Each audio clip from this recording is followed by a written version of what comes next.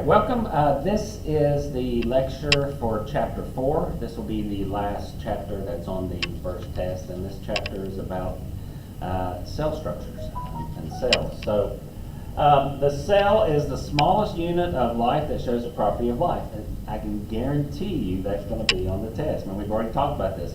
What is the smallest unit of life? And that's the cells. All cells have three things in common, and that would be an excellent test question also. What's the three things they have? We're going to go over these. But every cell has that plasma membrane, that lipid bilayer that surrounds the cell that controls what goes in and what goes out. All cells have a cytoplasm. It's that stuff inside of the plasma membrane. It's typically a gel-like substance that these float in. But all the organelles of the cell are in the cytoplasm that we're going to be talking about in this chapter. The nucleus is inside of there with the DNA. And that's the third thing all cells have in common is DNA, not a nucleus. Not all cells have a nucleus, but every cell has DNA that codes to make the proteins, and that is how the cell makes what it needs so that it can survive and thrive. We measure cells. 1 micrometer is 1,000th of a millimeter. And so this is the tip of a pencil. And you can see as we get closer and closer at 200 micrometers, you can start to see the bacteria. Here we can see actually rod-shaped bacteria, and then close up at 1 micrometer we see the actual shape and size of that bacteria. So we can't see these things with the naked eye, and so as microscopes developed, we started discovering things. And Anton von Leeuwenhoek was the first to describe small organisms seen through a microscope. He had the most primitive of microscopes. I got a slide here just in a second. Well, actually, here, let me show you this. This was his microscope. He would put just a drop of water on the end of this, look through the lens from the other side toward the light, and he could see in that. He took a drop of pond water out by his house, and he looked at it, and what he saw changed science forever, because he saw single-celled organisms alive and thriving. And he looked at them and he called them animalcules and beasties. And this is from one of his drawings, from what he saw that as a nematode. It's a roundworm. But until that point, nobody knew that life could be that small. We knew that life was the large plants and animals that we could see, but now with von Leeuwenhoek's discovery, science changed that life can actually be much smaller and live just as one single cell. So we saw these single-celled organisms. So he called these organisms animalcules and beasties because he said they looked like little monsters, and some of them actually do. Then there was Robert Hooke. He was the first to sketch and name cells. And over here we have Hooke's microscope and what he drew looking at a piece of cork. Now, he was just trying to find everything that he could to look at in this new microscope. And so he took a piece of cork, and you know where cork comes from. It comes from the tree. It's the bark of a certain tree. And he noticed that there was all these little chambers, and these reminded him of a monastery he had once visited, where the monks lived in these little chambers that were stacked up like this. And so the monks' chambers was called cellules that they would stay in, and so he named these cells. And so this was the first time that cells were identified, that living things are made up of cells. And as he kept investigating, he kept finding that not just cork, everything alive is made up of cells.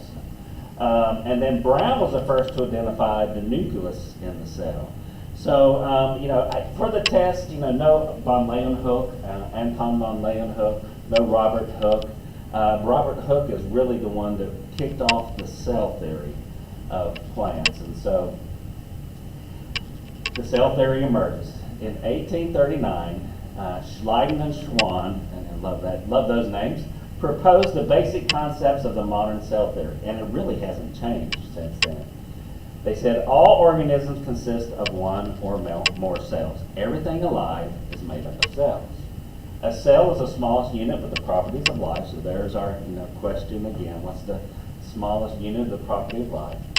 Each new cell arises from a division of another pre-existing cell. Remember we talked about biogenesis, that life just doesn't spring up from nothing. And that was a huge discovery because, scientists like Aristotle, he would put a piece of meat out in the sun and he would come back to it later and he found worms crawling on it. And so he thought that life just sprang from dead life. And so those worms actually sprang up from the meat. And so now we know that all cells come from pre-existing cells.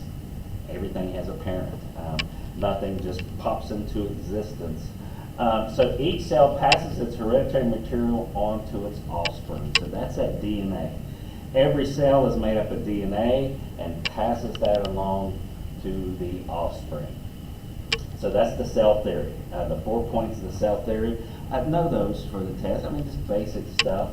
Everything is made up of cells. The cell is the structural and functional unit of all organisms. It's the smallest unit of life. All living cells arise from divisions of pre-existing cells, and cells contain hereditary material which they pass on to their offspring when they divide or when reproduction takes place.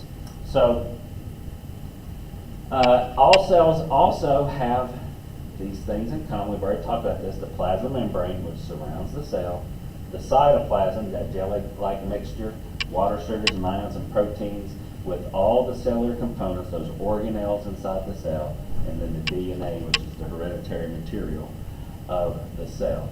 And so we talked about this before in chapter 1. We divide life up into two basic giant groups as we start. We have prokaryotic cell. Pro means before, karyotic means the seed, so before the seed, before a nucleus. Simple cells without a nucleus. Eukaryotic, U means true, seed, so these have a true membrane-bound nucleus in the cell. So it does have the interior divided into functional compartments, including a nucleus. So here is a difference between a prokaryotic cell and a eukaryotic cell. On top we have a rod-shaped bacillus bacteria, and below this is a plant cell. Now, how do I know that's a plant cell? Well, we'll talk about that here in a minute, but you can see these green stacks here. That's a chloroplast with the thylakoid membrane, so that's a plant. It also has these rigid cell walls. But notice the difference here. We do have a membrane-bound nucleus, and that membrane then comes up here and forms this, which is called the endoplasmic reticulum, which we'll talk about in a little bit. You'll notice that the prokaryotic cell is much simpler. There's no giant organelles. There's not a membrane-bound nucleus. The DNA is this blue up here. It's hanging out. That's the chromatin. It does have a cell wall like a plant does, but no major organelles. They do have ribosomes. Everything has to have ribosomes. Ribosomes is the site where proteins are made. Proteins are critical for every cell. All right, so organelles, structures that carry out special metabolic functions inside the cell. They are membrane-enclosed organelles, compartmentalized tasks such as building, modifying, and storing substances.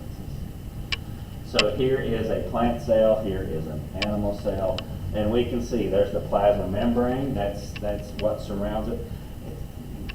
It's best, like, for the plant to think of this, when you build a swimming pool, what do? First you dig out the hole, but then you line it with concrete so that it doesn't collapse in on itself. But then you have to put a liner in it so that the water doesn't leak out through. The cell wall is like the concrete that gives the cell its shape, that gives the pool its shape. The plasma membrane is like the liner that lines it so that water doesn't leak out and dirty other water doesn't leak in. So you can think about it that way. In animal cells, there's just the plasma membrane. There is no cell walls in animal cells. Our cells are soft, and they stick together to form soft tissues. All right. So here's the three side by side. Here's the prokaryotic cell, the bacteria, no nucleus, DNA, cytoplasm, plasma membrane, here's the plant cell and the animal cell, but every cell has these three things: plasma membrane, a cytoplasm inside, and DNA. All right, so that's what they have in common. What is it that makes cells stay so small? Well, not to get into the physics of this, but it's basically surface to volume ratio keeps cells small. That's why cells can't be really, really big. Because plasma membrane can only withstand so much pressure pushing out on it. So the more you have inside, exponentially the pressure increases. So that keeps cell size very small. So most cells are 10 to 20 micrometers in diameter, much too small to see with the naked eye. We've already talked about what a micrometer is. Here is the units. I'm not going to ask you this on the test. This is just there for your information to see that here is our micrometer, and we can even go lower than that, the nanometer, once we start looking at some of these other cells. Other parts of cells and even viruses are much smaller than a normal cell. All right, so microscopes. We use these to see cells that we can't see with the naked eye. Light microscopes use visible light to illuminate the samples. Typically, the ones that we have here, the light source is below, so we're shining light through, so we not only see the outside, we can focus on the inside and see the organelles inside. Electron microscopes use electrons to image the samples. There's two basic different types. A scanning electron microscope basically looks at the outside surface and can see great details on the outside. A transmission electron microscope looks at the internal details by looking at little teeny slices all the way down through, sort of like an MRI does for us, where we can see one little slice, and so they can look at all the different slices that go through the body to see everything that's there. That's basically what the transmission electron microscope does. And so sizes of things, very small, small molecules, 0.1 nanometers, we can't see those. Basically about the only thing, the lowest we can see are these larger molecules. Here is lipids, carbohydrates, proteins, DNA. We can see that, not with much detail, but we can see these molecules. Viruses up here, just a little bit bigger. Organelles, after that, we can see, here's the mitochondria, and chloroplasts are about that size. Bacteria are about the same size as one of the organelles in our cells. And then there is the animal cell, and we go all the way up here. To me, this is absolutely frightening here at the end of this. We've got this mouse and a duck exactly the same size as a man. What kind of world is that? Anyway, so this is showing you various sizes of cells. So prokaryotic cells have no nucleus. Notice on the test, what's the difference between a prokaryotic and a eukaryotic cell? Prokaryotic cells have no nucleus. The bacteria and the archaeans make up the prokaryotes. They're single-celled, smallest and most metabolically diverse life forms we know. What's that mean, most metabolically diverse? They live everywhere. They can feed on so many different things. Some can make their own food. Some, these guys can live anywhere from the volcanic vents at the bottom of the ocean to the ice of Antarctica. We find these prokaryotes everywhere on this planet. And they share the same basic structures. They don't have a nucleus, they have that cell wall, plasma membrane. They reproduce the same way, which is asexually through binary fission. So here is a bacteria. This is, again, a bacillus bacteria. Bacillus means it's rod-shaped. There's three shapes of bacteria. Coccus is the little spheres. Bacillus is rod-shaped. Spirillum is spiral, sort of like a pigtail. But you can see the basic components here. Here's the flagellum. It uses that, and actually for the bacteria, prokaryotes, when we think of flagella, that they beat back and forth to swim through the water, not the bacteria flagellum. It's like a propeller. This thing actually spins, and It can spin up to over 100,000 revolutions per second. Now that is amazingly fast. When Darwin was writing his book and making his theories, he thought that these cells like this would be the most simplistic cells imaginable. Well, we discovered it's completely the opposite. These guys are extremely diverse. I usually in lectures show a video of the bacteria flagellar motor. Get online sometime, go to YouTube and just type in bacteria flagellum motor and just take a look at this thing. It looks exactly like a turbine that we use in our power plants. And so it's got this little teeny turbine here. And what it does is it pumps hydrogen ions through a membrane, and as they go back through the membrane, it causes energy that makes this spin, and so these things can move amazingly fast. So that's a flagellum.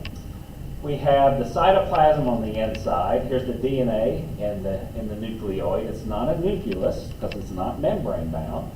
The plasma membrane is aligning the inside of this, inside the cell wall. It has a capsule. Now bacteria secrete this sugary mucus. It's made out of carbohydrates, basically, and proteins. So it makes this sugary sugary mucus that covers the outside of the bacteria, and that helps it to stick to other things, helps it stick to each other. Also, when there's a bunch of them together in a colony, it helps them to stay together and helps them to stay in place so that the water doesn't sweep them away.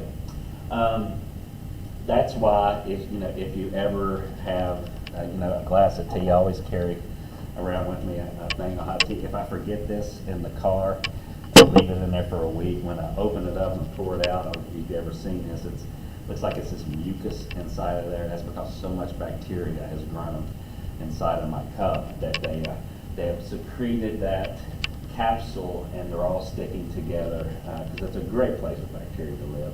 Lots of excess sugars. Nice and warm, no sunlight to bother them, so they live well in places like that.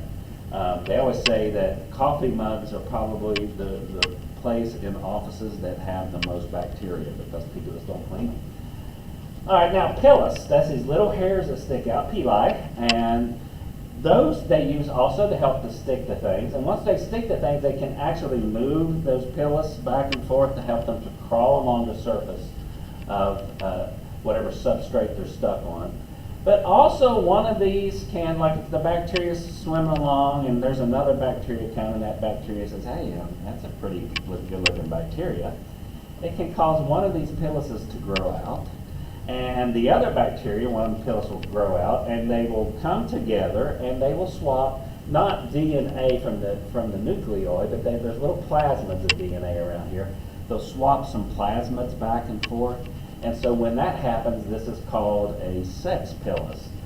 So that's as exciting as it gets for bacteria, I guess, after they exchange a couple plasmids. Maybe they have a cup of wine and a cigarette or something, then they go off their separate ways. But when they reproduce, it's always asexually, which basically is this thing just divides in half, and you have two daughter cells where there was once a mother cell. But the plasmid exchange gives them a little bit of genetic diversity. And so they can pass along some things. And sometimes it's not good things. They can pass along immunity to some of our antibiotics and drugs. So, all right. So the general prokaryotic body plan, there's that cell wall, the flagellum, the pili, helps cells move across the surfaces. The sex pilus aids in sexual reproduction. That's not a good sentence. It's not sexual reproduction. They still reproduce asexually. All right, they do have ribosomes. Now, ribosomes are all important. Why? Because that is where proteins are made. So every cell has ribosomes. Just about every cell has ribosomes. I won't make that 100% guarantee, but 98% of cells have ribosomes so they can make their proteins. Nucleoid, it's not membrane bound, and those plasmids, those small circles of DNA carrying only a few genes. But that's how they're going to get their genetic diversity and keep out overwhelming mutations. So here's the archaeans. That's a group of prokaryotes. Again, these were not really, we knew they were there. They were just classified as bacteria until the late 70s, early 80s, when this group was identified. Genetically, as we've looked at the genomes of all these things, they are more closely related to the eukaryotes than the bacteria, so they separated them out. They can live in the harshest of environments. So this one was discovered near an active volcano. It lives best at water that is boiling hot. You would think that boiling water would kill everything. Not these guys. They are thermophiles. They love high temperature. Here's one, prefers superheated water spewing from the ocean floor. The unique composition of archaean lipid bilayers keep these membranes intact at extremity, even hotter than boiling water. And then over here is, this is discovered in a smoking pile of ore at a uranium mine. High temperatures, low pH, and radioactivity. These things survive. So archaeans can live in the harshest environments. Biofilms, that's what I was talking about when they start secreting that capsule, that mucousy capsule.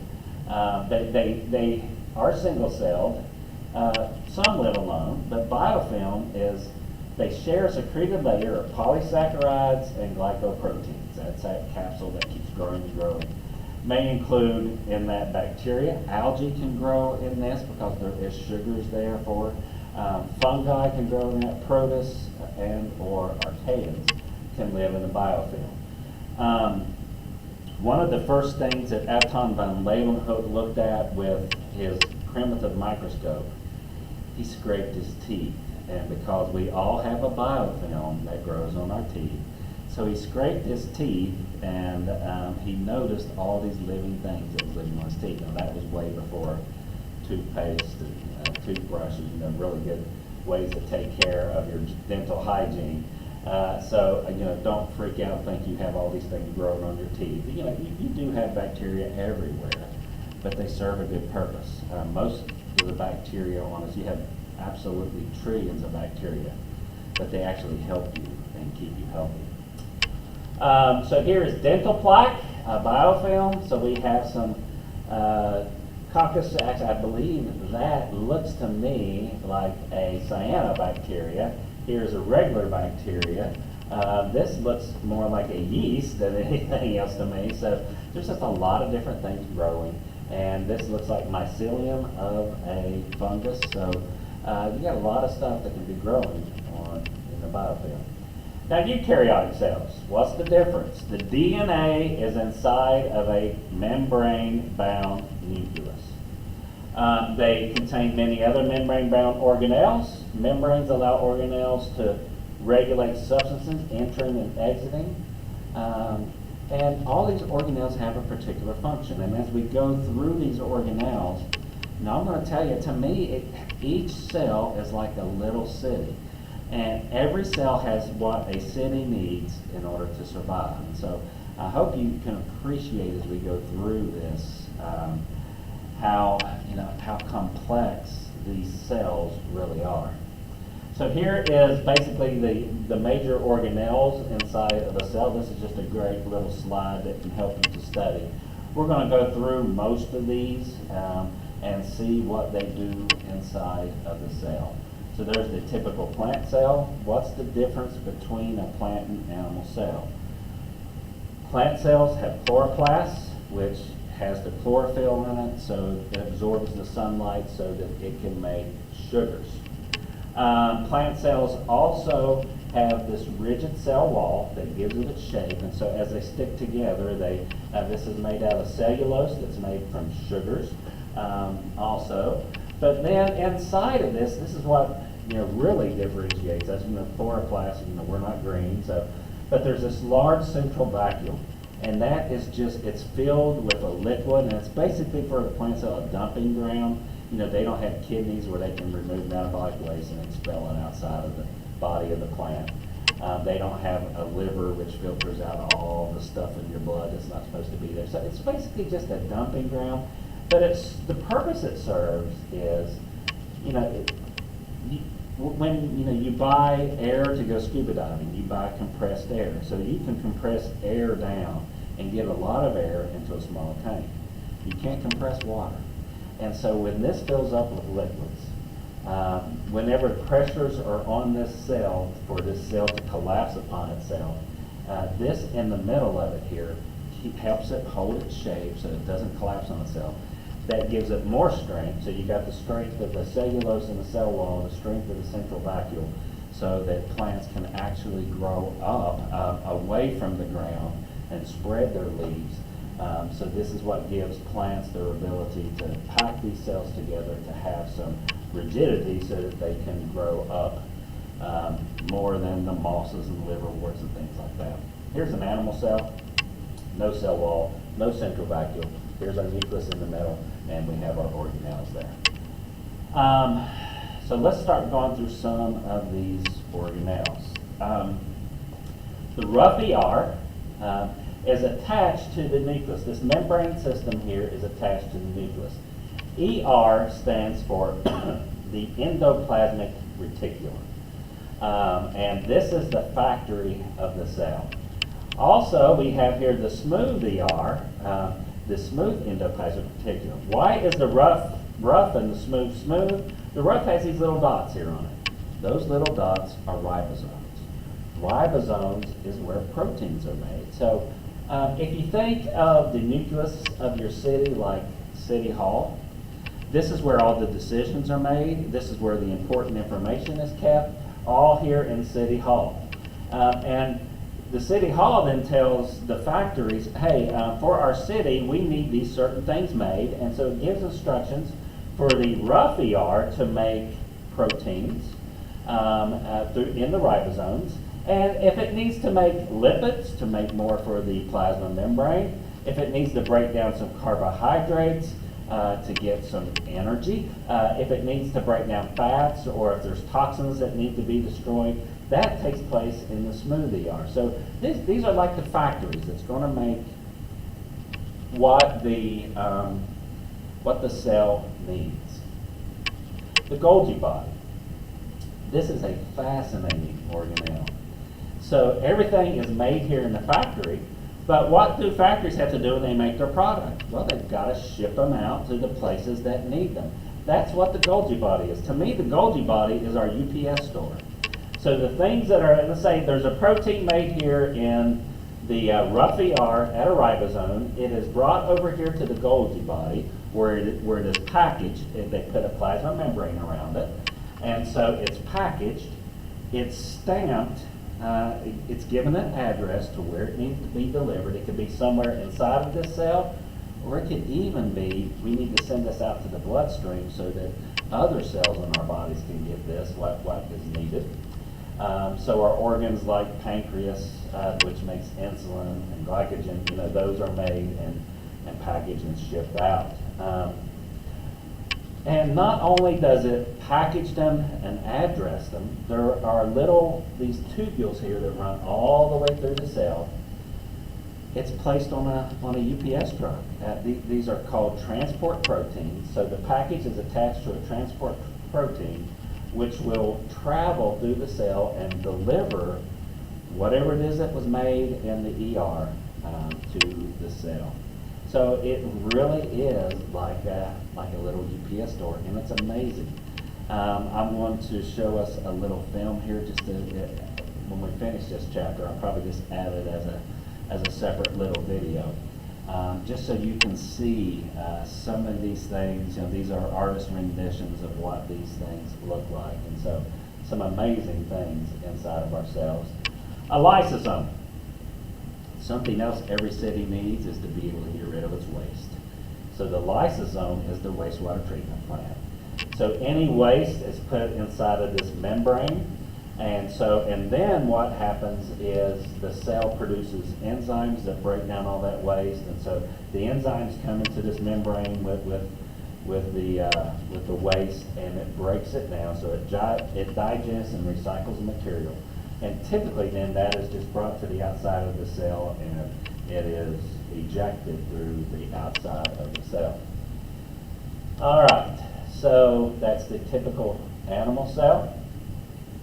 All right, eukaryotic nucleus contains the cell's DNA, separating it from potential damage in the cytoplasm. The DNA is all important. You've got to keep it safe. So the nucleus is typically right in the center of the cell where it can be most protected. The chromatin in the nucleus is the DNA and its associated proteins in the cell nucleus. So when the cell is not dividing, the DNA is unraveled so that it can be quickly unzipped, so that copies can be made by RNA, so that proteins can be made.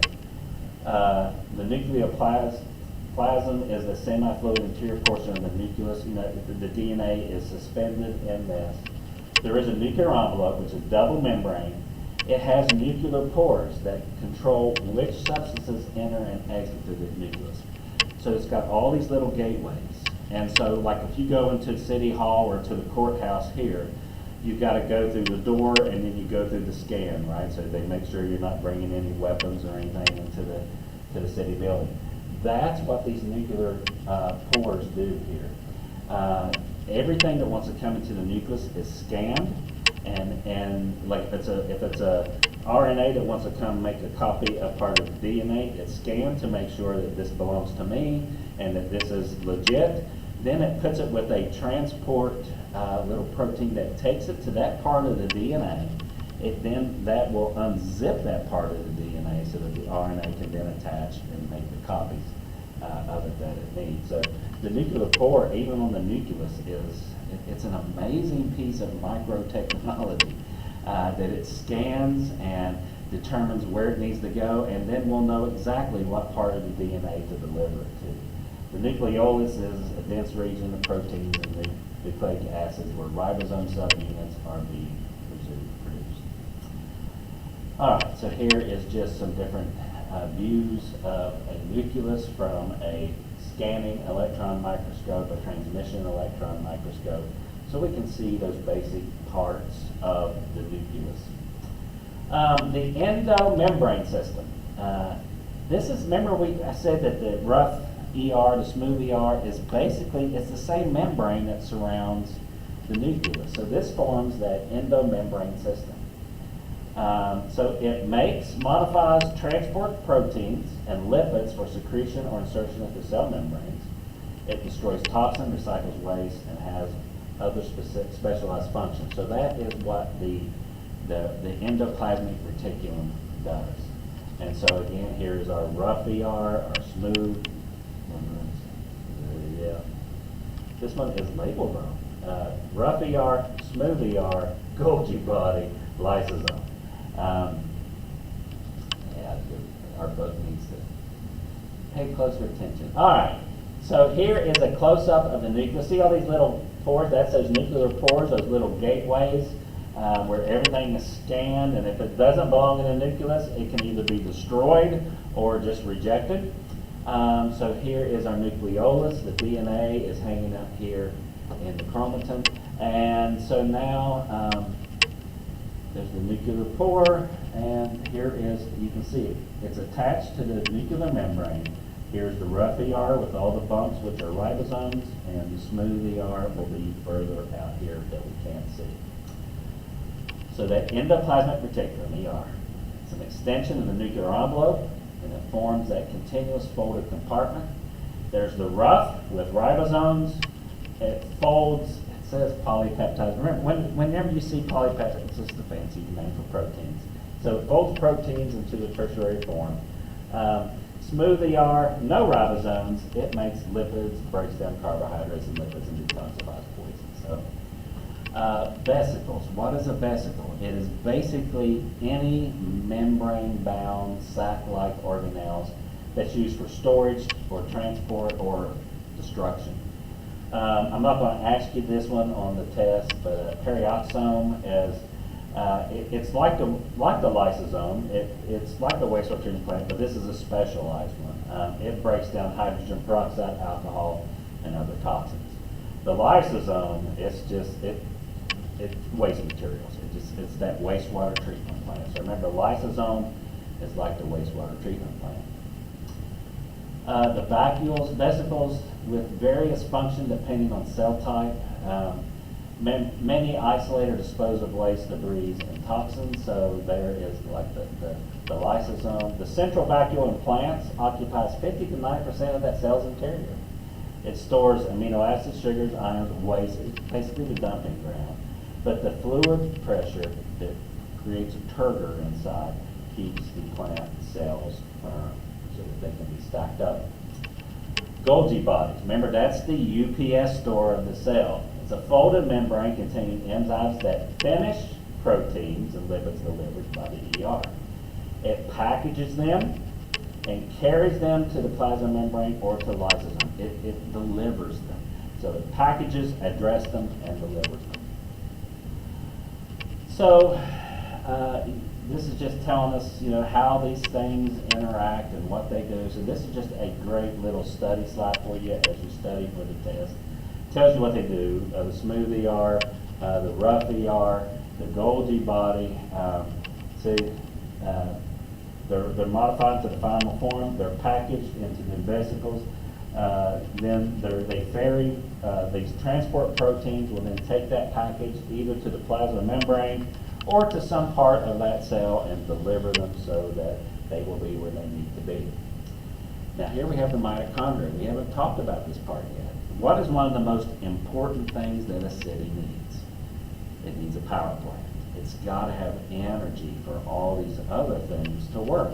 Without energy, it's like a blackout and nothing can function. So the mitochondria is the powerhouse of the cell. So it's a eukaryotic organelle that makes the energy molecule ATP through aerobic respiration. So we're going to spend a whole chapter on that a little bit down the road. Basically what that means is in the mitochondria is where the sugars are broken down so that we can get the energy we need, and it's made in the form of ATP. It contains two membranes, so it has an inner and outer compartments. It builds up hydrogen ions in the outer compartment. Don't worry about this yet. Just know what the mitochondria is. It's the powerhouse of the cell. It makes the energy. It has its own DNA and ribosomes. It resembles bacteria. Now here's the freaky thing. The DNA in the mitochondria is not your DNA. It has its own DNA. Why? I don't know. So here's what the mitochondria look like. It's got that folded membrane compartment on the inside. It pumps hydrogen ions inside of this compartment inside, and then as those hydrogen ions leave that inside compartment, it creates energy, creates ATP.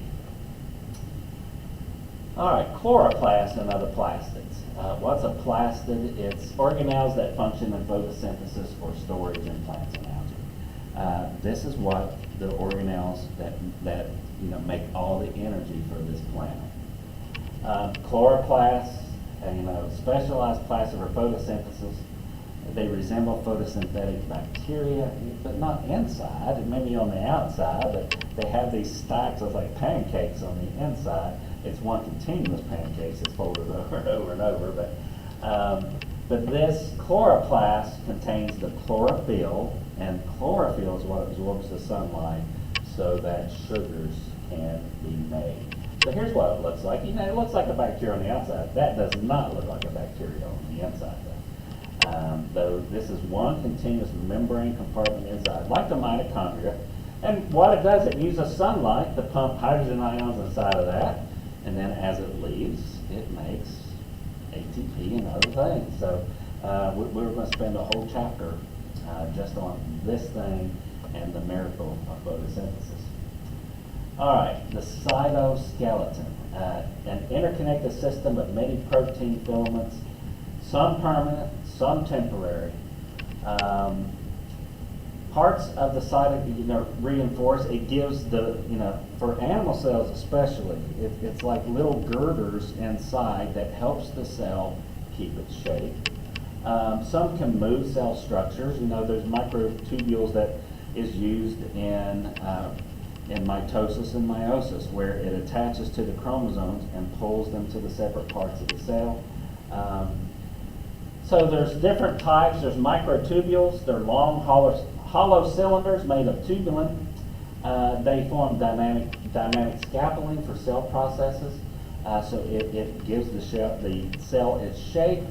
But also, these microtubules are like the little highways and train tracks or whatever that the UPS trucks, those transport proteins, can travel across. Microfilaments, they're mainly goblet protein actin. They make up the cell cortex, and then there's intermediate fibers. They maintain cell and tissue structures. So remember we talked about your hair is made up of proteins. It's really these long intermediate fibers of proteins. So here's basically what they look like. Here's the microtubule, microfilament, intermediate filaments. Here is our little buddies, the motor proteins. These are the little UPS trucks that congregate there at the Golgi body. Here's a package that the Golgi body has. Let's say there's a protein inside there, maybe an enzyme. So it needs to be delivered, and so it's packaged in a vesicle, it's addressed, it's put on the truck here, and this thing will actually, it can either have feet that walks along this, or it'll be like an inchworm and just move along this microtubule. It uses ATP to move, so it does require energy. All right. Also, cells can have cilia or flagella, plural. It's formed from microtubules organized into 9 + 2 arrays. Cilia are short hair-like structures that move in waves. So we're going to be looking at this, but your trachea, your windpipe, is lined with cilia. So when you clear your throat, what you're doing is you're beating all that cilia up. It's a way for you to get things that you've inhaled into your windpipe. It sticks to the mucus on the side, and then that cilia helps beat it up so that it can now be delivered to your throat and you can swallow it or spit it out or whatever you want to do with it. We have cilia in our bodies. We're going to see in protists, some of them use cilia to swim. They're like little teeny oars all over, and they're able to swim through water. Microtubules grow from a barrel-shaped centriole, which remains, don't worry about that. Just know what a flagellum is, know what a cilia is. Some cells move by pseudopods. Pseudopod is Latin for false feet. When we're talking about here, mainly the amoebas. Amoebas are like little blobs, and they can move their cytoplasm, and as it moves out, it actually will course all of the cytoplasm inside into that new projection. And so it oozes and moves by oozing, but that's false feet. Bulge outward to move the cell or to engulf prey. Amoebas are typically predators. A single cell predator looking for single cell prey. All right, so cell structure specializations. We have in animal bodies, especially some in plants, something called the extracellular matrix. It's a non-living complex mixture of fibrous proteins, polysaccharides secreted by surrounding cells. Its structure and function varies with the type of tissue. Examples, cell walls, cuticles. So in plants, cell wall is an extracellular matrix. It's the excess sugar made from photosynthesis. Remember, it's arranged in that lattice work, and it's packed on the outside of the cell to form that cell wall. What's a cuticle? It's that waxy layer on the outside. But for animals, why are we talking about extracellular matrix? Do you realize that all of your bones are ECM? It's not living cells. The living cells are inside the bone marrow. But what the bone marrow does is it creates this ECM by grabbing these minerals and different things out of the bloodstream and forming these bones from an extracellular matrix. Also, our tendons and ligaments, adipose tissue, things like that is that extracellular matrix. Animal cells do not have cell walls. The plant cells and many protists and fungal cells do. The primary cell wall is a thin, pliable wall formed by secretion of cellulose into the coating around young plant cells. A secondary cell wall is a strong cell wall composed of, it is this with lignin, which is an enzyme, and so it creates woody tissue. So that secondary cell wall is cellulose with lignin added, which forms that woody tissue. The cuticle, as I said, it's extracellular matrix secreted at the body surface. So plants will secrete that waxy layer on top of the leaves so that the water can't evaporate through. Plant cuticles, waxes, proteins. Cuticles of crabs, spiders, and other arthropods is mainly chitin. It's a polysaccharide. That's when we talk about the exoskeleton that is made up of this cuticle, chitin. All right, cell junctions. Now, how do these cells stick together and how do they function together? Well, the cell junctions allow cells to interact with each other and the environment.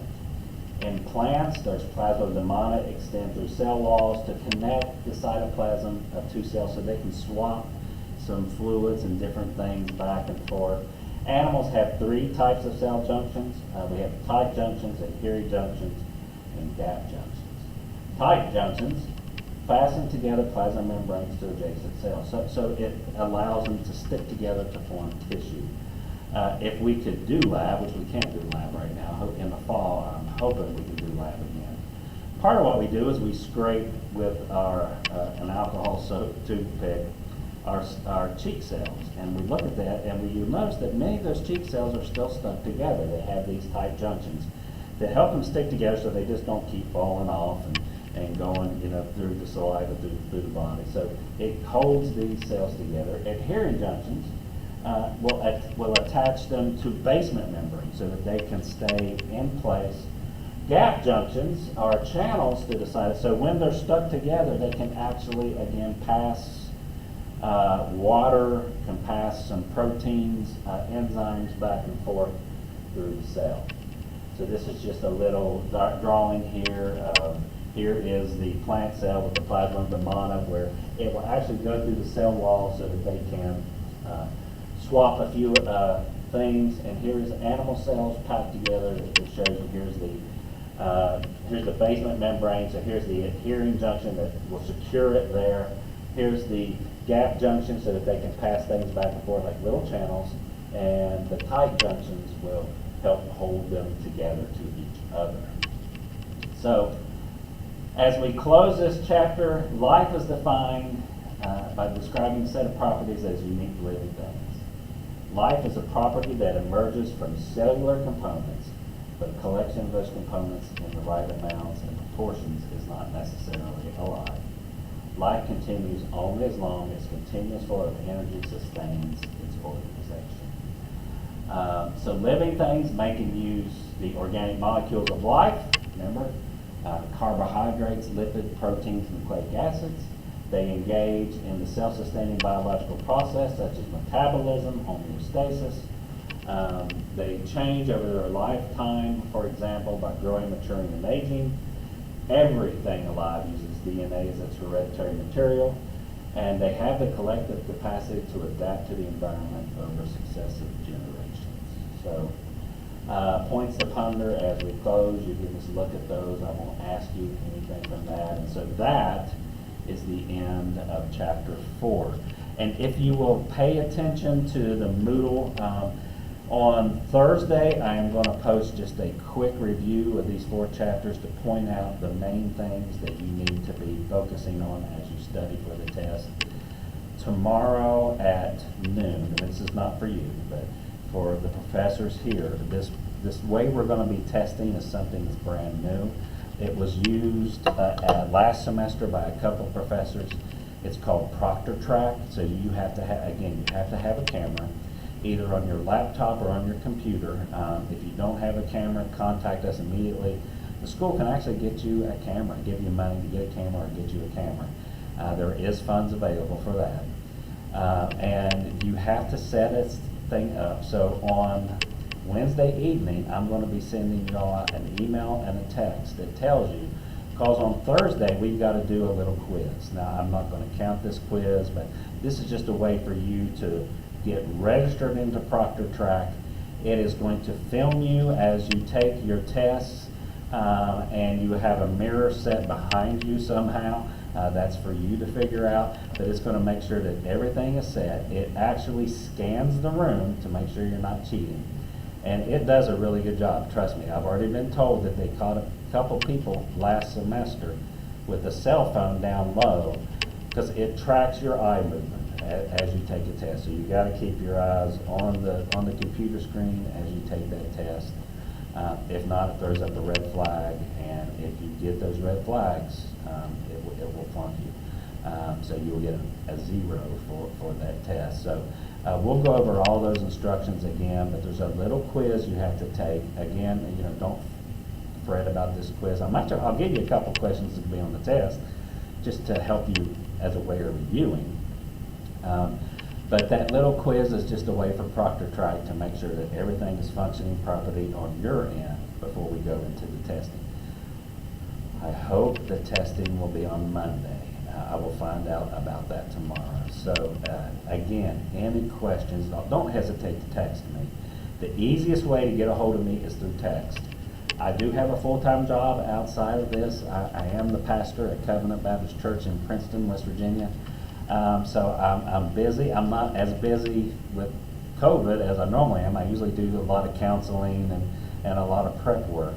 But if you text me, I don't get back with you immediately. I will text you as soon as I can. If you have a major problem, give me a call. If I don't answer, just leave me a message. I'll get back in touch with you as soon as I can. I want to be available to you all to help you, to get you through this, because this is different. I know this is, and there's high stress with all the students right now because everything is just so different. So we are learning as we go. As I say, tomorrow, me and a couple of professors have a tutoring session with this Proctor Trike so that we can get it set up, and hopefully we will be moving forward as we go. So keep studying 1, 2, 3, and 4, those 4 chapters. Make sure you've watched all the videos for those 4 chapters. Study the PowerPoints. And look Thursday evening for a review, so you can look at that review as many times as you want to, Thursday, Friday, Saturday, Sunday, even Monday right before the test. You can look at that review and keep reviewing this material. This test is hard. I mean, I make it as easy as I can. There's just a lot of material, so study hard. Some people do wonderfully well. I always have some people that make 98s, 99s, 100s on this test. But then there's always some people that really struggle. I know biology is not easy for some people, so if you struggle at this, just put the time in, put the effort in, and we will get you through this class this summer. So study and be ready for the test. We'll see you soon.